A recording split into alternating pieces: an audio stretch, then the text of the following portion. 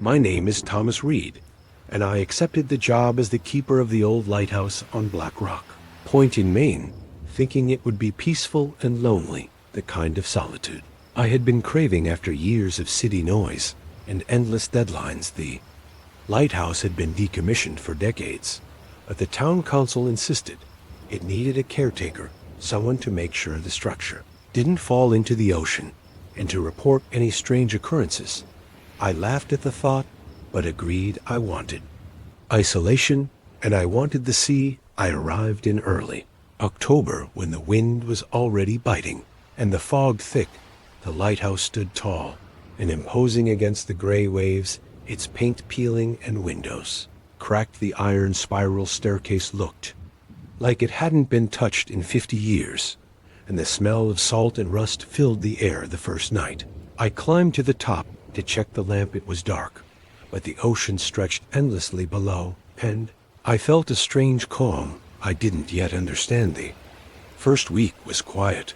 I would wake early in the mornings, watch the sun rise over the Atlantic, and log maintenance. I fixed the broken railing and cleaned the lantern room. But at night, things changed around 11 p.m. I would hear footsteps on the rocks below when no one should have been there, and sometimes I would see shadows moving among the waves like sailors lost at sea. I told myself it was my imagination or the fog playing tricks, but then I started hearing whispers faintly calling my name, Thomas, Thomas.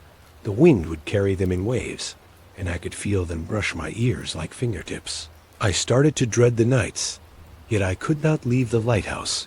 It had a pull on me, something magnetic and oppressive. Around the second week, the visions began. I would see figures standing at the edge of the cliffs below the lighthouse, in tattered clothes, faces obscured by the fog.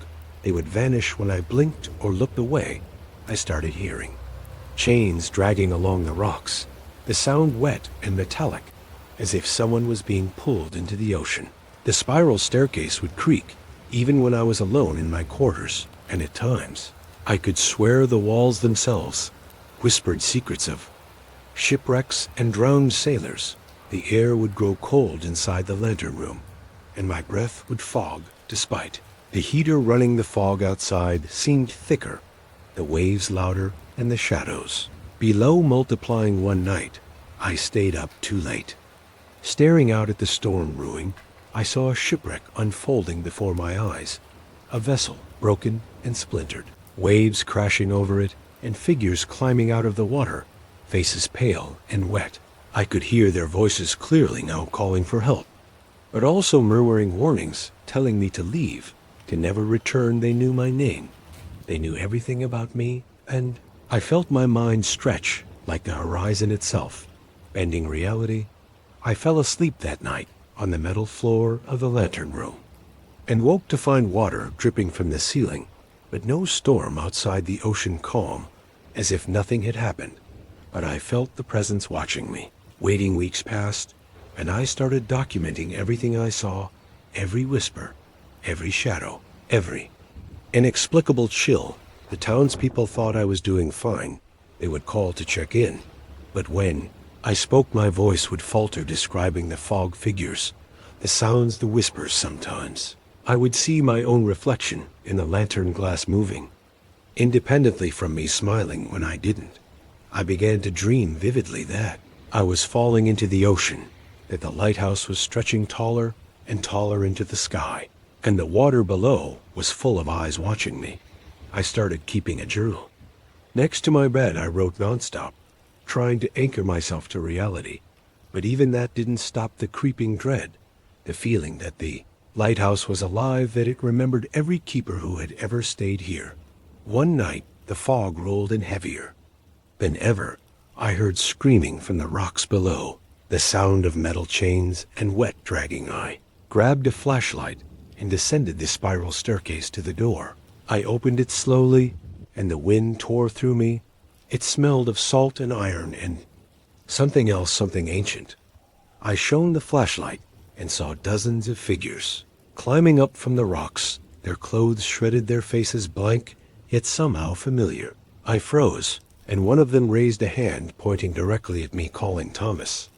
Thomas and I realized I had been chosen or marked or cursed. I felt the ground beneath me tilt, and the lighthouse itself groaning like a living thing, the rocks shaking and waves. Climbing unnaturally high, I stumbled back inside the lighthouse heart. Hammering and the figures vanished in an instant. Since that night, things have escalated. Every night the shadows climb higher. The waves crash louder, the whispers grow coherent, telling me secrets I cannot understand, but that fill me with fear. Sometimes see my own eyes staring at me from the windows of the lantern room, smiling cruelly. The floor creaks when no one is there, and the spiral staircase seems to stretch endlessly into the ceiling. I write everything down now. I record my voice. Logs in case someone finds them. I know that the lighthouse is alive and patient, and that one night it will claim me completely. I can feel it already stretching its presence into my mind, preparing me for the inevitable. And I know that I cannot leave, that I am tethered to it, to the rocks, to the waves, to the fog, and that every keeper who came before me felt the same cold gaze from the ocean, and the same weight pressing in from the walls. The nights became unbearable, the fog rolling thicker than ever.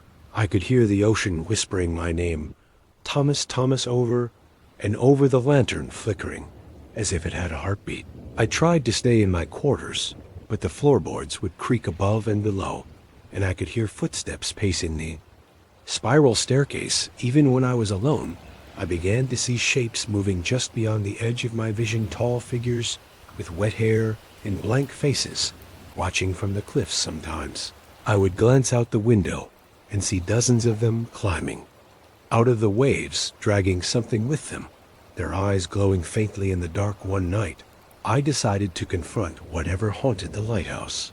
I grabbed a flashlight and climbed to the top, the wind tearing at my clothes, the fog pressing against my face. I shone the beam across the cliffs, and I saw a shipwreck forming in the distance, the vessel twisting impossibly, as if the ocean was bending reality itself, and figures climbing out of the water, their limbs long and distorted, reaching toward me, calling my name.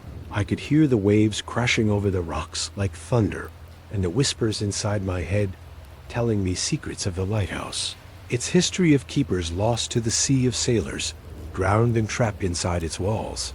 I reached the lantern room, and the shadows inside were moving on their own, crawling along the walls and sealing the light from my flashlight, bending strangely as if it had its own will. One of the figures stepped forward. It was me, but twisted, my face smiling cruelly, my own eyes staring back. I tried to run down the spiral staircase, but the stairs stretched endlessly. I could hear the whispers multiplying, hundreds of voices calling me, Thomas, Thomas, come to us, stay forever. I felt myself pulled toward the twisted version of myself, and for a moment I lost control. The fog filled my lungs, and my mind started to fracture. I screamed, focusing every ounce of will I had. I shouted, I am still me. I am still me. And the shadows recoiled slightly, the fog thinning for a moment. I scrambled down the staircase, feeling the building sway around me, the rocks outside moving like waves rising impossibly high.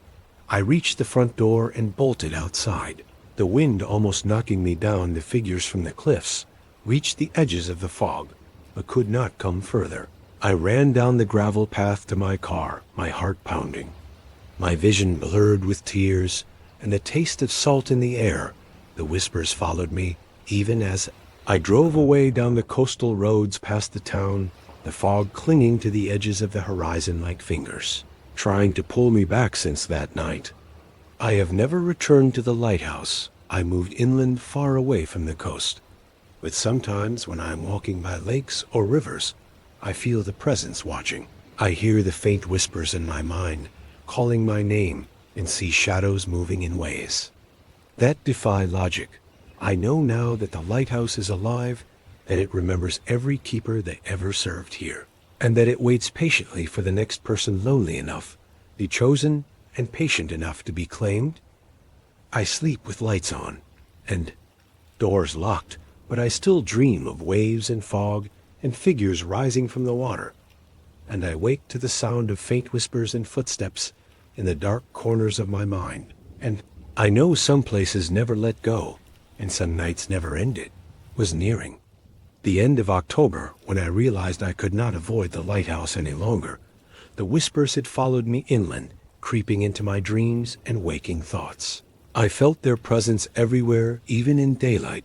The shadow of a tree could appear, to stretch impossibly long, and I would hear Thomas Thomas in the wind.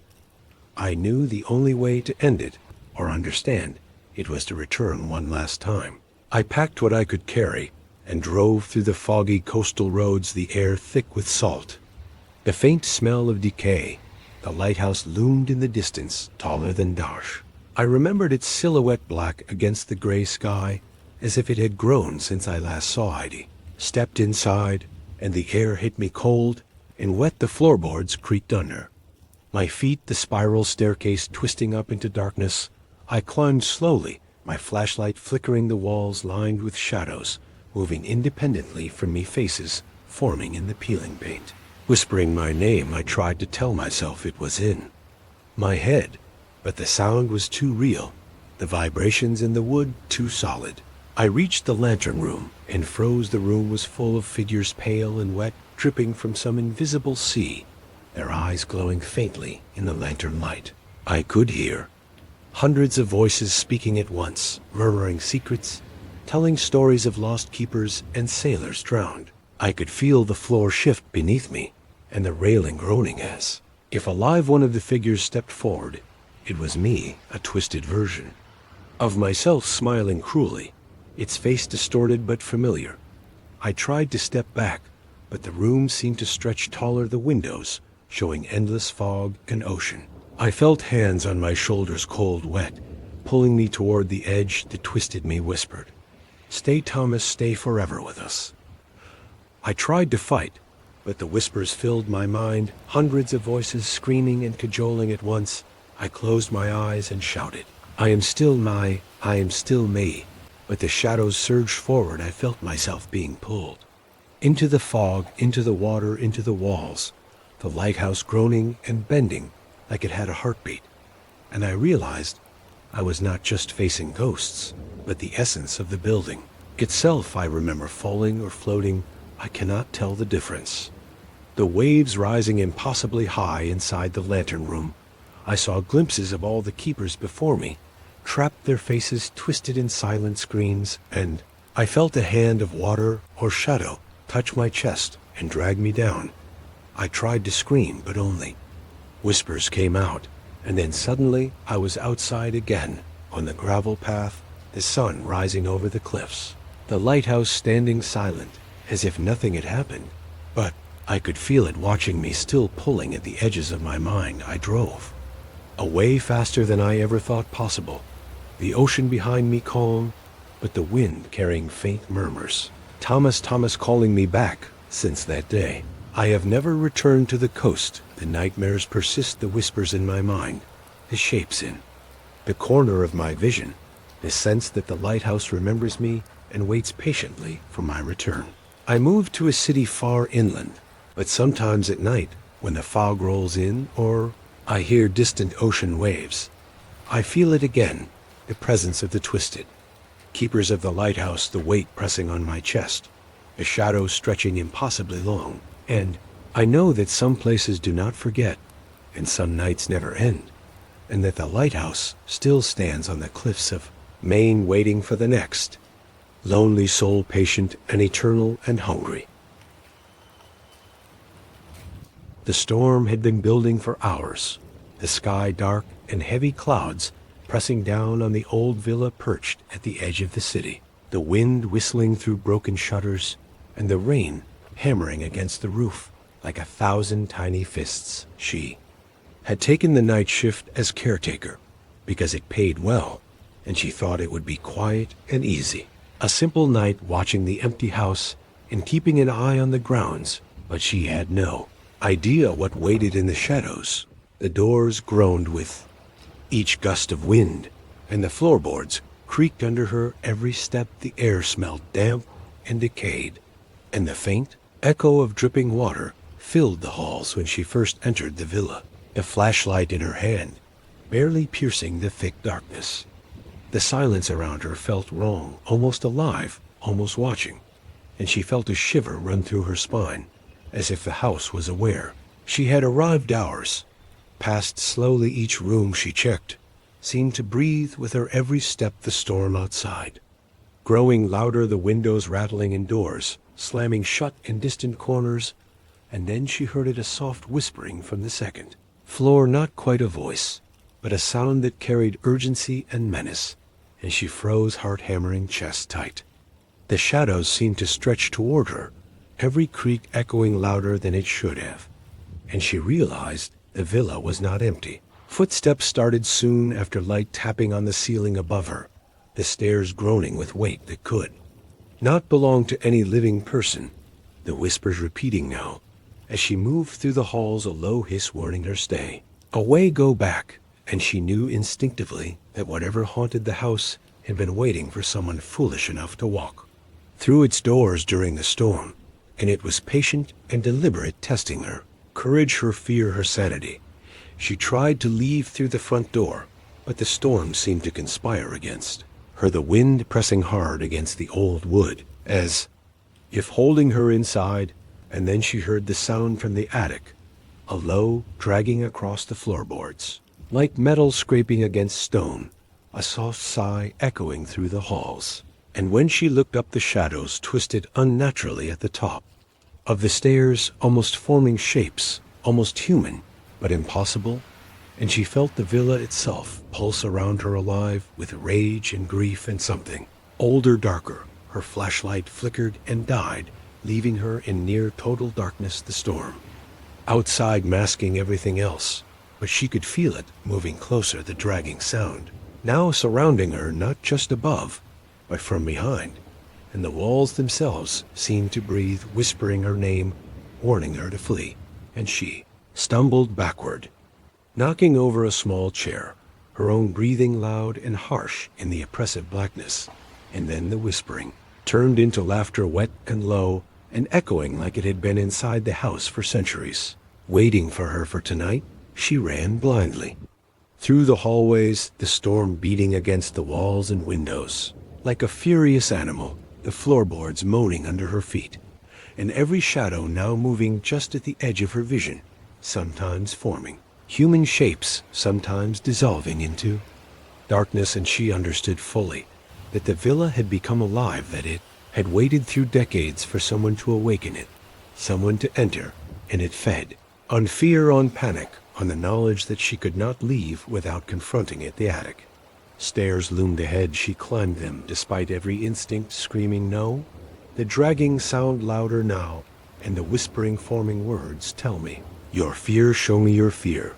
And she reached the top to find nothing but a faint light flickering across the far wall, a shape she could not focus on, stretching and bending impossibly, and then it moved toward her, gliding, not walking, its head tilting unnaturally, its form twisting with the storm itself. And she knew in her bones she had been marked that night, that the villa would not let her leave untouched. The front door was her only hope. She ran down the stairs blindly, the shadows following every step, the storm screaming against the house, and she pulled with all her strength, the old wooden door finally giving way, and she stumbled into the rain, her chest heaving, her hands shaking, her mind screaming. And even as she drove away, she could feel the villa behind her in the darkness, alive, patient, waiting for the next foolish soul to enter. And the storm seemed to whisper behind her, low and mournful, telling her that some houses are never empty, and some shadows are never gone.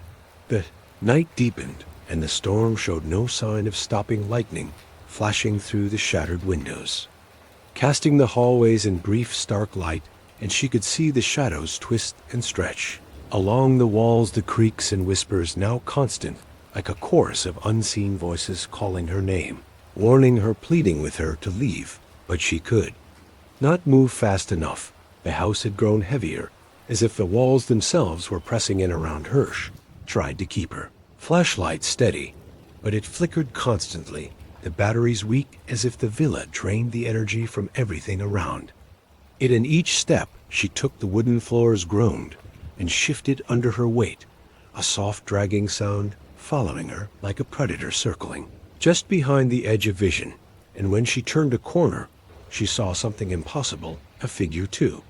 Thin to be human, gliding along the far wall, limbs bent at unnatural angles, and a faint pale glow where its eyes should have been staring straight at her, and she froze rooted to the spot. Heart hammering, mind screaming, the whispers grew louder, forming. Words now speak to me, show me your fear. And she stumbled backward into a chair, knocking it over the crash, echoing like thunder in the empty hall, and she realized fully that the villa was alive, that the storm was not outside, it was inside. It was the house itself, moving, breathing, feeding on her terror, and the shadow followed, her every move sliding across the floors, vanishing, then appearing closer than she expected, and she felt a cold hand brush against her shoulder, though nothing was there, and the whispering turned into laughter, wet, low, and chilling, filling every corner, every crevice of the villa. She ran up the stairs to the second floor, the shadows twisting around her feet, crawling along the walls and ceilings like living things, the drag and sigh of something heavy constant behind her, and she reached the master bedroom door and through. It opened, hoping to barricade herself inside, but the room was filled with darkness, thicker than any she had seen before, and the shadows formed shapes around the furniture, the bed, the walls moving with a will of their own, and then a figure appeared. At the edge of her vision, pale, elongated arms reaching toward her head, tilted unnaturally, and she knew it had been waiting for her all along, learning her fear and shaping it into a tangible form to consume. The storm outside intensified, the wind howling through the broken shutters like voices crying in agony, and the house shook under the gusts as if reacting to her panic, and every whisper now seemed to come from within her mind, telling her, "You cannot leave, you belong to me," the dragging sound circling her in tighter patterns, closing off exits, the very air heavy with dread, and she fell to her knees, her chest heaving, her hands shaking, trying to scream, but no sound came out, and the shadows moved closer, flowing like liquid into her vision, consuming the edges of light. Hours passed, or maybe minutes, she could not tell time. The villa seemed eternal, her fear growing with each heartbeat, the whispers repeating, the laughter dragging, following the rhythm of her terror. And then she realized she had been running in circles, every hallways twisting, leading her back to the same spot, the shadows forming a circle around her, and the figure she had glimpsed earlier, now full in her vision, a pale, elongated humanoid leaning forward, tilting its head and whispering words she could feel in her bones. "Your fear feeds me. Your panic is mine." And she knew she had to confront it or be trapped forever. She took a deep breath and stepped toward the center of the room, speaking aloud, "I am not afraid. I do not belong to you." And the shadow shivered as if sensing defiance. The figure paused, tilting its head, its eyes glowing faintly in the flicker of lightning, the dragging sound stopping, and the whispers ceased for a moment, giving her a heartbeat of silence, the storm raging outside, a faint echo of the villa itself holding its breath, waiting for what she would do next. And she understood fully that some places are alive in ways humans cannot comprehend, and only by facing the fear could one escape its grasp. The silence lasted only a heartbeat before the shadows surged forward like a tide, flowing through the walls and floors, twisting and stretching into impossible shapes, the dragging sound now louder surrounding her completely, and the figure hovering at the edge of her vision, moving closer and closer, its elongated limbs bending unnaturally, its head tilting in impossible angles, and she could feel its presence pressing against her chest, every breath heavy with dread, and the villa itself seemed to pulse with life, with hunger.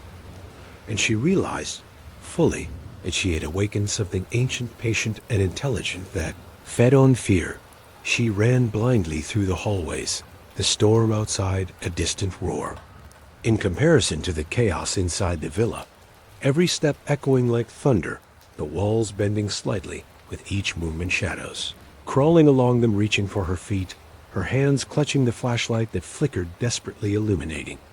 Glimpses of shapes moving in impossible ways, and every whisper repeating her name, her panic, her heartbeat a chorus of despair, designed to break her mind and claim her as part of the house. Stairs loomed ahead, a dark, gaping tunnel of warped wood leading to the attic, the source of the dragging sound and the whispers urging her to come closer, to show her fear. And she climbed them slowly, each step a battle against the weight of the darkness, pressing in around her, the flashlight dim. Flickering shadows stretching with each step, her pulse hammering in her ears. And when she reached the top, she saw it, fully, the elongated figure standing at the center of the attic, the ceiling low, twisting around it, the lightning from outside, casting impossible shadows across the walls. And she knew that it had been waiting for her all along, patient, silent, eternal. Dragging sound circled her, now faster, closer, forming patterns around her, like a predator playing with its prey. And the whispers formed words in her mind. Do not resist, your fear is mine.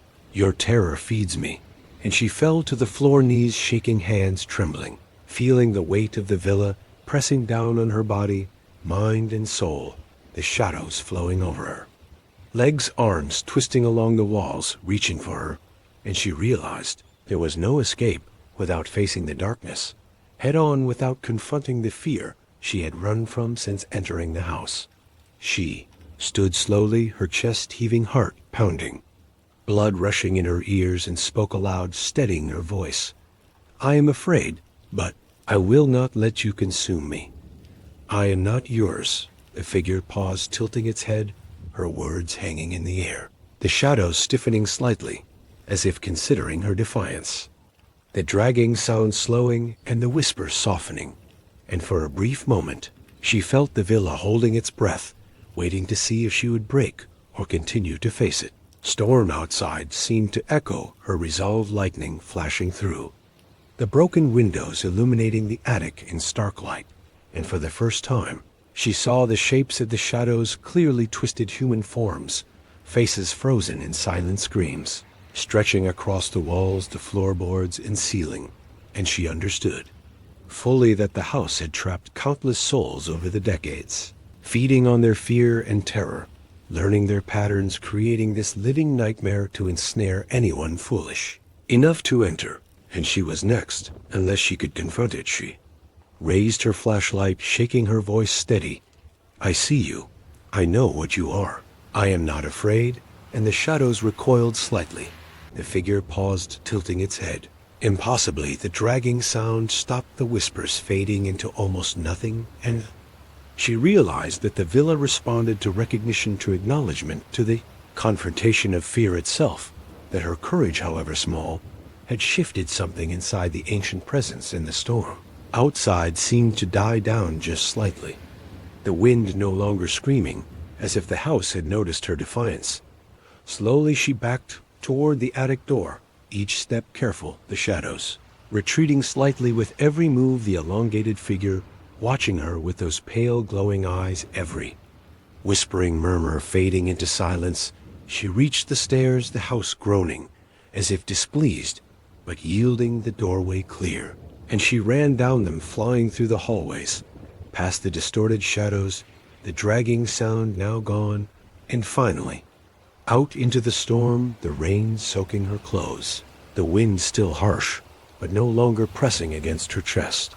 The villa behind her silent for the first time in decades, almost waiting and watching from the darkened windows she never returned to.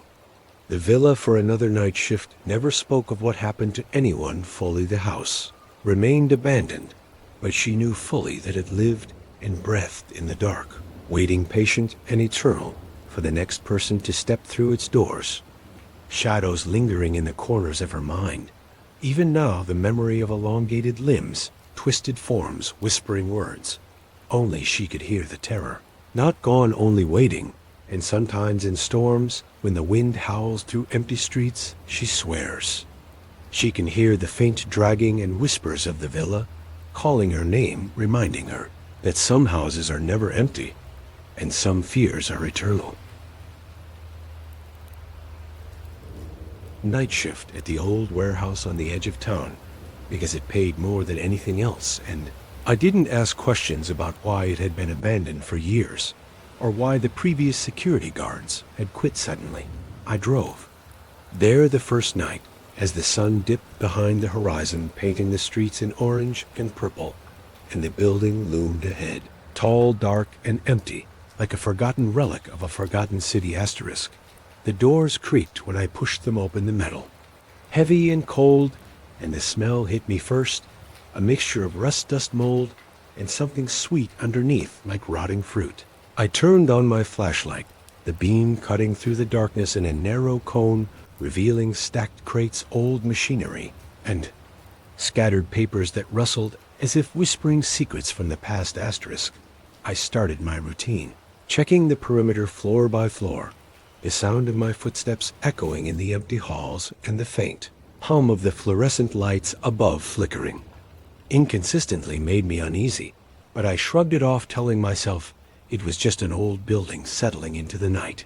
I wasn't superstitious, and I didn't believe in ghosts or shadows, yet something about the silence made my skin crawl asterisk around. 2 a.m, I first heard it, a faint metallic scrape. Far down the hall, I froze my breath, catching in my throat, thinking maybe a loose piece of metal or the wind slipping through a broken window. But when I shone my flashlight toward the sound, I saw nothing. The crates stood in their places, and the shadows seemed static. Yet my gut screamed that something was moving, something aware and deliberate. Asterisk, I continued my rounds, trying to ignore the sensation that eyes were following me from. The darkness, every corner seemed deeper than it should have been, every shadow longer and sharper. I heard the scraping again, closer this time, slow, deliberate steps, echoing just behind a stack of crates, and when I approached the sound, it stopped, as if it had been holding its breath, waiting for me to make a mistake. Asterisk, by the 4th hour, I noticed more signs, things moving just enough to be noticed. A crate slightly shifted, a broken chair on the floor, not where I left it, and the papers I had, stacked neatly now, scattered across the ground, as if someone had walked past them, brushing their hand along the top surface. I stopped rationalizing. There was no wind, no animals inside, and the air was too still to disturb anything naturally. Asterisk. Real horror began when I heard a whisper, soft and low, from the far corner of the warehouse. It didn't form words at first, just a hiss, a breath, a noise meant to unsettle me. I spun around, swinging my flashlight wildly, and caught a glimpse of a vague shadow stretching along the wall, just beyond the reach of the light. It moved not like a person walking, but sliding along the ground, its shape thin, impossibly long, and bent at odd angles, and I knew instinctively it was watching me, studying me. Waiting. Asterisk, I tried to leave, but the warehouse seemed to change around me, the hallways stretching longer, the doors farther apart. I turned toward the exit, and the shadow shifted closer, moving against the wall, silent and fluid, and I could feel its presence pressing at the back of my neck, making my hair stand on end, and my stomach churn with fear that I had never felt before. Asterisk. Hours passed, or maybe minutes. I couldn't tell time, my flashlight flickering, and the battery low, and every sound amplified in the vast emptiness. I could hear my own breathing, my pulse hammering in my ears, and the soft sliding sound following me everywhere. The whispering growing clearer, forming words, just out of reach, teasing me, something like, come closer, stay a while, play with me. And I realized that it had been inside the building all along, not hiding, but existing in the corners of the rooms, the shadows of the crates, the gaps between the floorboards. Asterisk. And then it emerged briefly from the darkness. A thin, elongated figure with limbs bent in impossible directions, its head tilted, unnaturally, with glowing eyes reflecting the weak light of my dying flashlight. I stumbled backward, knocking over a stack of crates, the crash echoing like thunder in the empty hall, and it moved closer, the sound of metal scraping the floor following its every step, and the whisper became laughter, low, wet, and raspy, sounding like someone scraping nails along skin. Not mine, but something older, colder. Asterisk. I ran blindly. through the warehouse, heart hammering, lungs burning. I didn't know where the exit was. I only knew I had to escape, and the figure followed, not running, but gliding its movements, deliberate and patient, like a predator, measuring every step I took. And when I reached the large roll-up door, I tried to pull it open, my hands shaking, and the thing lunged with impossible speed, sliding across the floor toward me, and I felt its fingers brush against my jacket, cold and sharp, like ice cutting into flesh. The door finally gave, and I stumbled outside into the night air, my chest heaving, my vision blurred by tears and sweat. And as I ran to my car, I could feel it watching from inside the warehouse, its head tilted toward me, and even from that distance, I swore I saw those glowing eyes following my every move, and the faintest whisper trailed behind me, carried by the night wind. Come back, the night is mine. I never returned to work there. I quit immediately, and no one else would. Take the night shift after I told a few half-believable stories. But sometimes at night, when I drive past the old warehouse, I see the faint glow of eyes at the windows and feel that same pressure as if the building itself has waited all these years for someone foolish enough to step inside, and the shadows still move just beyond the light for anyone who dares to look too long. I couldn't sleep that night, the memory of the warehouse crawling behind my eyelids, every shadow in my apartment stretching too long, too sharp, and I kept imagining the scraping, sliding sound following me from room to room. I tried to convince myself it was just adrenaline, but deep down, I knew it had followed me. It had learned my movements, it had measured me, and I could still feel its presence even miles away in the back of my mind. The next night, I felt compelled to return, not because I wanted to, but because I needed to understand what I had seen, what I had felt. I drove there under the cover of darkness, the streetlights casting weak halos through the fog, and the building loomed ahead, silent and patient. And when I stepped through the rusted doors, the smell hit me first, the same sweet rot mixed with metal, the air thick and heavy, and I realized that every step inside was being counted, measured, weighed against something I could not comprehend. I turned on my flashlight and started my rounds again, every hallway. The same crates, the same scattered papers, the silence deeper than before. But now I noticed small changes, things that hadn't been there. The previous night, a chair turned sideways, a faint trail of dust, disturbed like footsteps had passed across it, and I felt it immediately, like a pulse behind the walls behind the floorboards. I wasn't alone, and it knew I was here. Hours passed slow and heavy, and then the whispering started low and deliberate, just at the edge of hearing the voice, saying my name, stretching the syllables impossibly long. I froze, shining my flashlight into every corner, but seeing nothing until a crate shifted violently to my left, and a thin shadow slid out from behind it, moving faster than anything natural, and it was watching, studying, measuring the way my eyes followed it, and the way my breath caught in my chest. I tried to run toward the exit, but the hallways seemed to stretch, twisting and bending, like the building had become alive. The roll-up door, now impossibly far away, every step I took echoed loudly, and the sliding sound followed me, not in a chase, but in a deliberate pattern, like it knew exactly where I would go.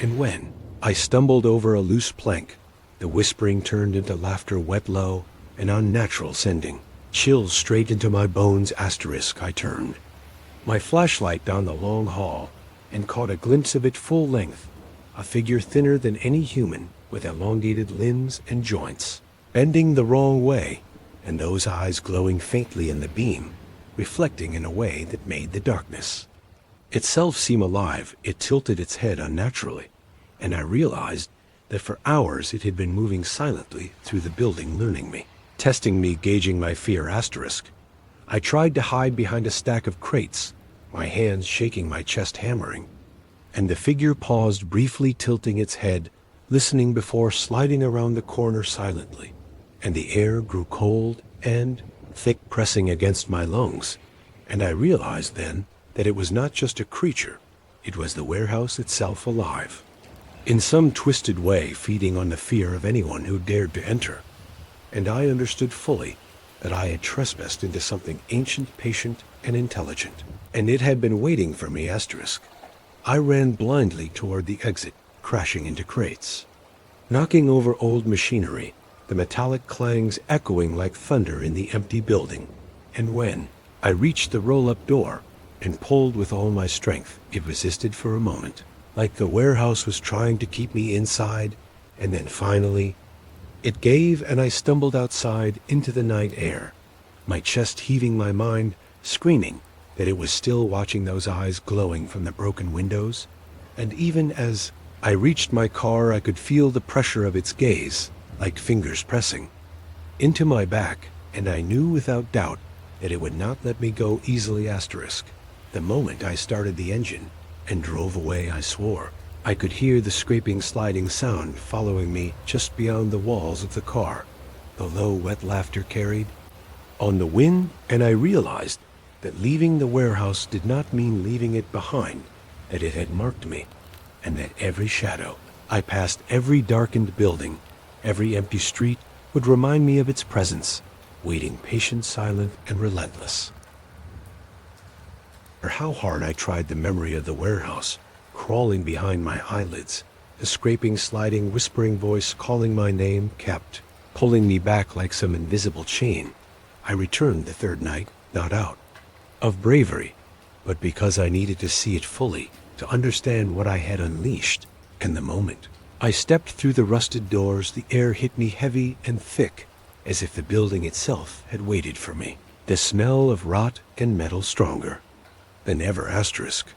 The hallways stretched longer, and the shadows seemed alive. Every corner I turned into felt like a trap. The crates moved subtly when I wasn't looking, papers scattered and shifted as though brushed by invisible hands. And then I heard it, a soft sliding sound moving closer, deliberate and precise, the whispering following my name, stretched impossibly long, and I realized I had become part of its game, and it had been shaping my fear like clay over the last 2 nights. I ran down one hallway, the roll-up door impossibly far away, and the floorboards creaked under me as if reporting every step to something hidden. The shadow emerged briefly from the end of the hall, not fully visible, just enough to see elongated limbs bent at impossible angles and eyes faintly glowing. They followed every movement of mine, and I froze, my chest heaving, my flashlight beam trembling. But even in that light, I could feel the darkness pressing around the figure, stretching the walls, tightening the air. Then it lunged, not like a normal creature, but like a spill of darkness across the floor, reaching toward me impossibly fast, and I stumbled backward, crashing into crates, the metallic clanging echoing like thunder in the vast emptiness. And it paused, tilting its head unnaturally, listening to my heartbeat, measuring my fear, and I realized fully that it wasn't just in the building. It had become the building, the walls, the floorboards, the shadows. It existed everywhere, inside and around. And I understood how I was trapped. I tried to hide behind a stack of machinery, my hands shaking, my mind racing, and the sliding sound came closer, circling me with patience, deliberate and intelligent. And then the whispering turned into laughter, wet, low and hollow, echoing in every corner, and I saw its full length for the first time, a thin, elongated shape, taller than any human, with limbs bending impossibly, the head tilted unnaturally, with eyes reflecting the weak light of my dying flashlight. And I understood it had been learning me all along. I ran blindly, crashing through stacks of crates, turning corners without knowing where I was going. The building seemed alive, twisting the hallways, stretching them farther, the roll-up door now appearing like a faint light at the end of an endless tunnel, and every step the scraping following, sliding, whispering, measuring me, counting my fear. And when I reached the door, I pulled with all my strength, and it resisted like the building itself did not want to release me. Finally it gave, and I stumbled outside into the night air chest, heaving lungs burning my vision blurred by sweat and tears. But even in the open, the pressure of its presence pressed against my back like invisible fingers. And I swore I could feel it watching from every broken window, every darkened corner inside the warehouse, and in the trees around the building, the low wet whispering trailing on the wind calling my name, stretching, impossibly long, and I knew it. Would never stop asterisk. I never returned to work there, and I never spoke fully about it, because who would believe the details? The sliding, scraping, whispering, the elongated shape, the glowing eyes that seemed to measure and learn. But sometimes when I drive past the warehouse at night, I see a faint glimmer in the broken windows, and feel that same pressure pressing through the air. And I know fully that it waits patiently patient and eternal for the next foolhardy soul to step inside, and it will not let go, and I will never be safe from it.